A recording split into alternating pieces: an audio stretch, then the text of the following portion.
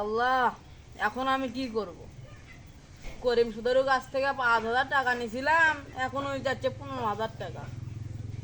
নাই ঘর বাড়ি জমি জমা, মেয়েও বড় হয়ে গেল, বিয়ে তো লাগবো। এখন আমি কিরকম করে কি করব? আমার পরিকল্পনা হচ্ছে মনে কর এই বিষয়টা মনে কর টাকা পয়সা আরো বেশি করবো, বুঝছো? রাখ, রুমের আগে রাখ দিতি, রুমের কথা। রহিমিয়া বাদ আসো নাকি? রহিমিয়া কে? ও, করিম ভাই, ভালো আছেন?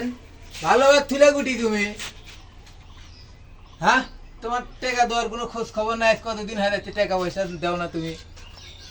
টাকা তোমার সময় 2 দিন, এর মধ্যে টাকা পয়সা দিয়ে দিও না, ছাড়া কিন্তু তোমার এই বাড়িও হারাবে, জমি জমা যা আছে সব কিন্তু নিয়ে নেবো।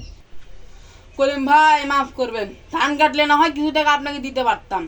আপনি এমন ভাবে বলেন না, আপনাকে সুদের টাকা দিতে দিতে আমি একবার সর্বশান্ত হয়ে গেছি। ওস্তাদ আপ কি করবেন তাড়াতাড়ি করেন, নাহলে কাহিনী শোনার টাইম নাই এটি। তুমি জানো না সুদের নিয়ম কি? সুদের নিয়ম সময় মতো পরিশোধ না করতে পারলে তোমার জায়গা তুমি যা আছে আমি নিয়ে নেবো। হ্যাঁ, তুমি কি করবে তুমি বুঝো গা। সময় শেষ হয়েছে, আমি কিন্তু তোমার সব নিয়ে নেবো। 2 দিন সময় তোমার, যাও। আল্লাহ, তুমি কিরকম লোকের ফাঁসাতে ফেলালে আল্লাহ। আমি এখন কোথায় টাকা পাবো? কার থেকে টাকা পাবো? কেরা আমাকে টাকা দিব?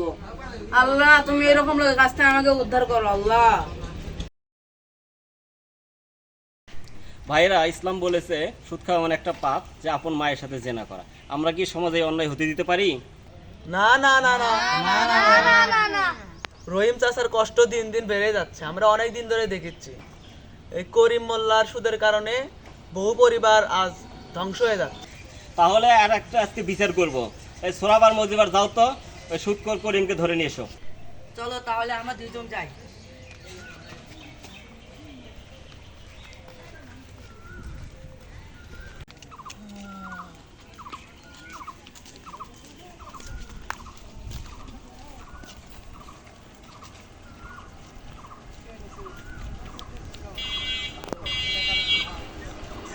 করিম মিয়া, তুমি কি জানো তুমি কত বড় পাপ করছো? আমি তো সব নিয়ম কানুন মেনেই টাকা দিচ্ছি, আমার টাকা আমি নেবো না। তোমার এই নিয়ম কি শরীয়ত মানে ভাইরা? না না, এটা অন্যায়, জুলুম। সুদের ব্যবসা নিষিদ্ধ। করিম মোল্লার সকল সুদের টাকা বাজেয়াপ্ত ঘোষণা করা হলো। আজ থেকে এই গ্রামে কেউ সুদ নিবেও না, কেউ সুদ দিবেও না। কি বলেন আপনারা?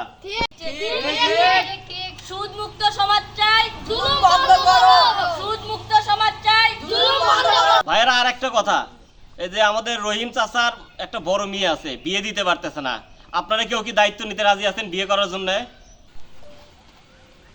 বিয়ার দায়িত্ব আমি নিলাম, আমি বিয়া করবো তার মেয়ে। আলহামদুলিল্লাহ, আলহামদুলিল্লাহ।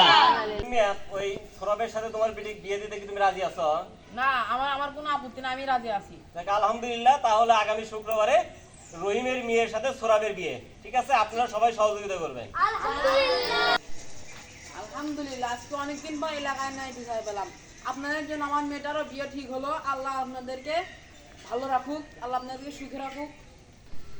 সুদে শুধু টাকা বাড়ে না, বাড়ে মানুষের কান্নাও। আসুন আমরা সুদকে না করি এবং সুদমুক্ত সমাজ গড়ি।